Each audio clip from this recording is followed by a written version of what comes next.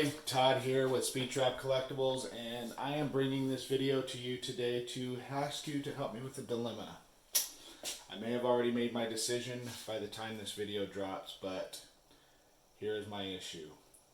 Currently, my eBay situation hasn't been where I wanted it to be, and I need to get it going again, as I work for a friend's company doing eBay for them. Company recently moved from the current warehouse location because they did wholesale and own 3 other brick and mortar businesses, as well as moving from that. I decided not to go with them as I didn't want to commute. They moved from one location to the other about 80 miles away, maybe less. I've never driven it, don't know where it is. I know the city it's in, but I've never bothered to check to see how far it really is. But anyway, that's besides the point. I actually quit my previous job, for that specific reason. I did not want to commute anymore, and I was driving about 75 to 80 miles one direction, spending 25% of my bring home pay on gas and food alone. Just for a month. It was $800 gone, just in gas and food. That did not include maintenance on the vehicle, did not count insurance. So I decided to quit, take up a job somewhere locally, which in hand turned me into this one I'm at now later on, because I knew I could make way less money and have the same amount of money by doing the math in my bank account. But that's besides the point. Why am I telling you this? Current job. Like I said, I do eBay for this company. It is old fishing tackle. And, well, new old stock, I guess you could say, but a lot of it is really old, anywhere from 20 to 40-year-old range. Because the company moved, my friend who owns part of the business owns the property that the warehouse is in, that they own and has owned it. I don't know what the story is on how the other guy bought in. It's irrelevant. But here's my question.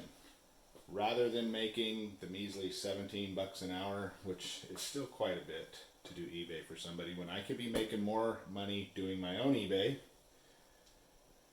he has offered me to make a percentage rather than a by the hour, because he doesn't really want to shut it down if I quit to do my own eBay, and that's my dilemma. But here's the thing. When he brought it up yesterday or 2 days ago, wanting to know if I do it, I happened to blurt out, because I knew it wouldn't work for me if this was the case for me to do my own eBay.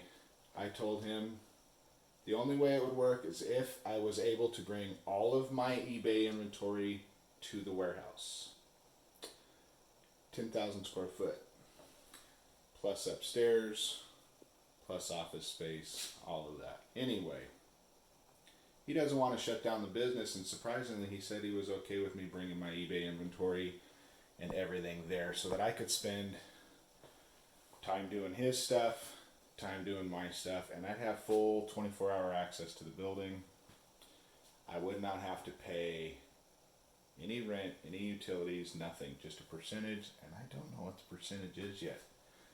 I know with some of you out there, 50% is about average, because you are having to store that item and product in your own property.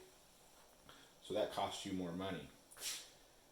I don't have to pay that. So that's my dilemma. Do I take everything out of my office? Not everything. Out of my 3rd bedroom over here. Out of my 3rd car garage back here.